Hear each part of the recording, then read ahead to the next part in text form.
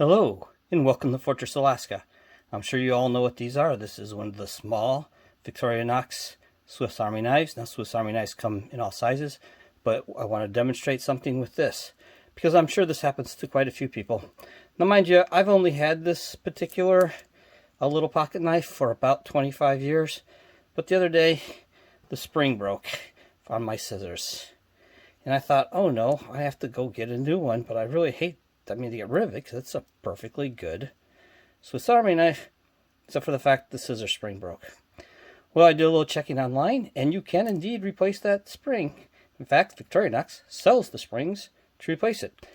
And you can order them from Victorinox. Small scissor, new. They come in a 6-pack. I guess you got to have quite a few to make it worth the $2.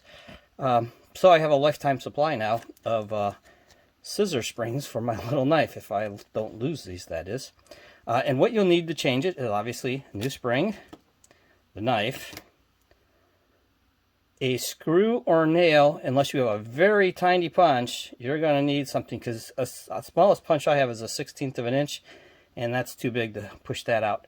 And some sort of pliers. I am just going to use a Leatherman to keep it simple. So you need some sort of pliers.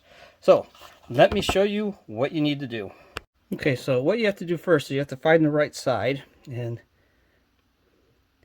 you can see there's the hole. Now there are two sides with the hole. One has a chamfer on it, and it's not that side. So there's the side with the chamfer. So we want to knock out from that side, according to the instructions I found, and push it out the unchamfered side. So let's go ahead and do that. We'll set that down there and see if we can punch that out real easily. May not be so easy, but we'll try. So I get my little screw here, because I don't have anything smaller, but this should work. I'll tap that a couple times. And are we moving it out? Doesn't look like it. Let's try again.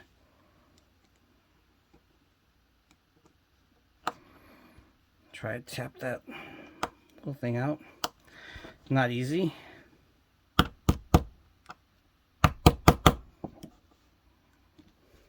So we'll just keep working on that here a bit. It's hard to stay in focus. Okay, I looked at it closely. It seems I have it mostly out of the way. So let's see if I can just force it out with my hand, because it is in there tight, and we have it out. So now we have the little spring out. That's garbage. Have this here, and so now we have to get the new spring out and see if we can put it in. So let's see if we can do that here in better view. So as you can see, we got the little round end there, the other end to go against the spring. So we're gonna see if we can get it started in that chamfer and then squeeze it in with pliers. So let me just work on this real gently and see if I can get it started. Okay, I tried to line it up as best I could off camera, because I kind of had to stick my head right down to it to get it in there. So you basically have it lined up, and then you just take your pliers, put it over it, and try to squeeze it into place, which is not easy, because you got to get the metal part lined up. So you actually kind of, whoops, pops out. So you kind of have to have that perfectly lined up there. So you have to squeeze it against the scissors as you're putting it into place. So it's a little tricky, and I think I'm gonna maybe try to do this off camera with 3 hands and see if I can get it, but maybe we can get it. We'll try it with once on camera. And let's see if I got it in place. Yep, I popped it in. That surprised me. So let me just squeeze it a little bit harder, make sure it's perfectly lined up, and I'm going to pull it in closer.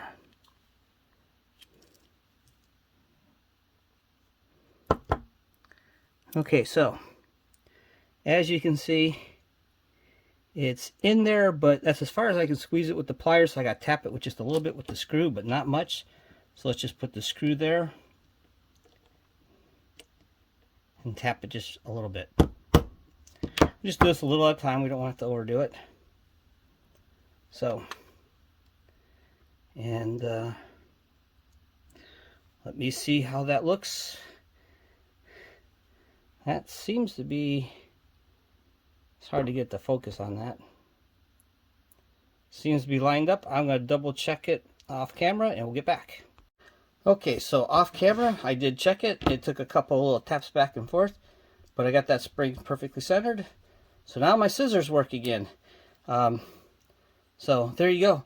And so a couple other things, you know, if you lose your toothpick, your tweezers, you can get all those replacement parts right on Victorinox, as well as other places. So there's no need to throw away a perfectly good pocket knife.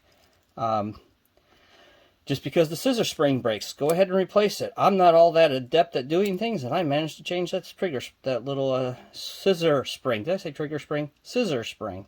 So there you go. And I hope YouTube doesn't have trouble with me showing people how to fix scissors, but I'm going to do this anyway. So, and now I have a lifetime supply because my first one lasted 25 plus years before it broke. So I have lots left over. But anyways. And I do use these scissors a lot, so I do need them. Anyways, so there you go. Thank you for watching Fortress Alaska. I'm your host, Dave. Please like and subscribe. And as always, have a good day and get out shooting.